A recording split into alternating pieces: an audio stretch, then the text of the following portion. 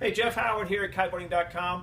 We're really excited. We've got one of the new kites from Ozone. Now, what they've done, I don't want to confuse you. What they've done is they've taken the name of the original Catalyst, which everybody knows is one of the most all-around in their range to do about anything you want to do.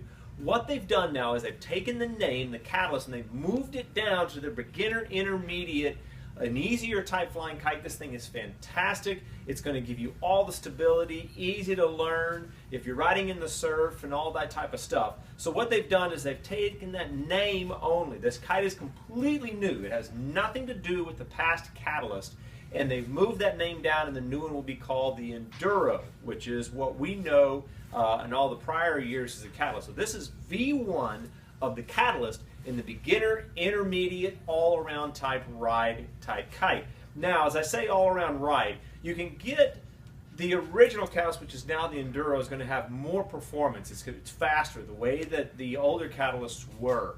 This one here is going to give you more stability. It's going to slow down the turning a little bit just to make that a little bit easier to handle if you're in gusty conditions, if you're an experienced rider and why you'd want one. And for those people who are learning to do the sport or a good weekender, getting out to ride, looking for that kite with stability, easy, very, very easy relaunch, and simplicity to the whole system. Now, what I like about the Ozone side is they've done all the reinforcements. They've put the high quality cloth in this kite. They didn't try to just cut down little small things to get that price down. They kept everything at a high quality. You've got your D2 cloth, which is used on all of their kites and almost all the kites now in the industry. That's all D2 cloth. It all the Dacron, all leading edges. A very, very simple bridle system, which is what I really like. Rob Whittle is one of those guys who just doesn't believe in pulleys, and I think that's a fantastic way. It takes a lot of work to get a kite tuned, to get the full range without a pulley in the system. And they've done a very, very good job. Again, this is no pulleys.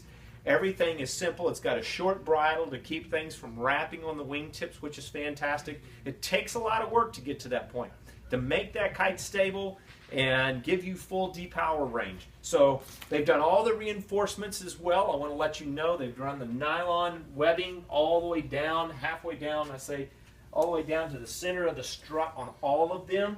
This is to prolong the life of these struts if they get rolled or whatever. This is a high stress point. They've done all of that. It's got all the reinforcements across all the seams on the leading edge, so if the kite goes down on its leading edge, it's not rubbing the main seams. It's got all connection points that are very, very good, very, very tough, and will take the full load of whoever's flying that kite. Now, the sizes of this kite range from 4 in even numbers all the way to 14. So you've got the 4, 6, the 8, the 10, the 12, and the 14. Now, the really cool thing, too, down here at the wingtips is they have the adjustability, as everybody knows, is the bar pressure. A lot of people say, does this increase the turning speed? It doesn't. It decreases the bar pressure. It doesn't increase the turn response. It decreases. So they have 2 positions, which is something I really like. Sometimes bells and whistles, you don't need 4 and 5 different connections across that leading edge. Find one that gives you a good all-around feel, not too light on the bar pressure, and the one that gives you a little bit more bar pressure. That's about it. I love that simplicity, and that's what they've done, and that's what they always do. That's what they're known for. It does have the large inflation. It's a single pump inflation here, so it all goes through. It's a 1 pump, and very easy. It's their big screwed Boston valve that everybody now is copying. It has their all their hose pump inflation, so it's externally here, easy to fix, easy to maintain, not a problem at all covered up with neoprene.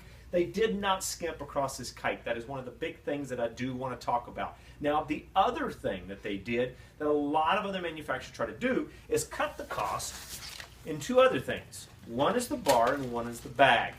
They did not do that. They made a very, this is their top-end bar, the contact bar that they use with every single kite in the market. It's not a tuned down, trimmed down, taking out certain parts and pieces to cut the price down.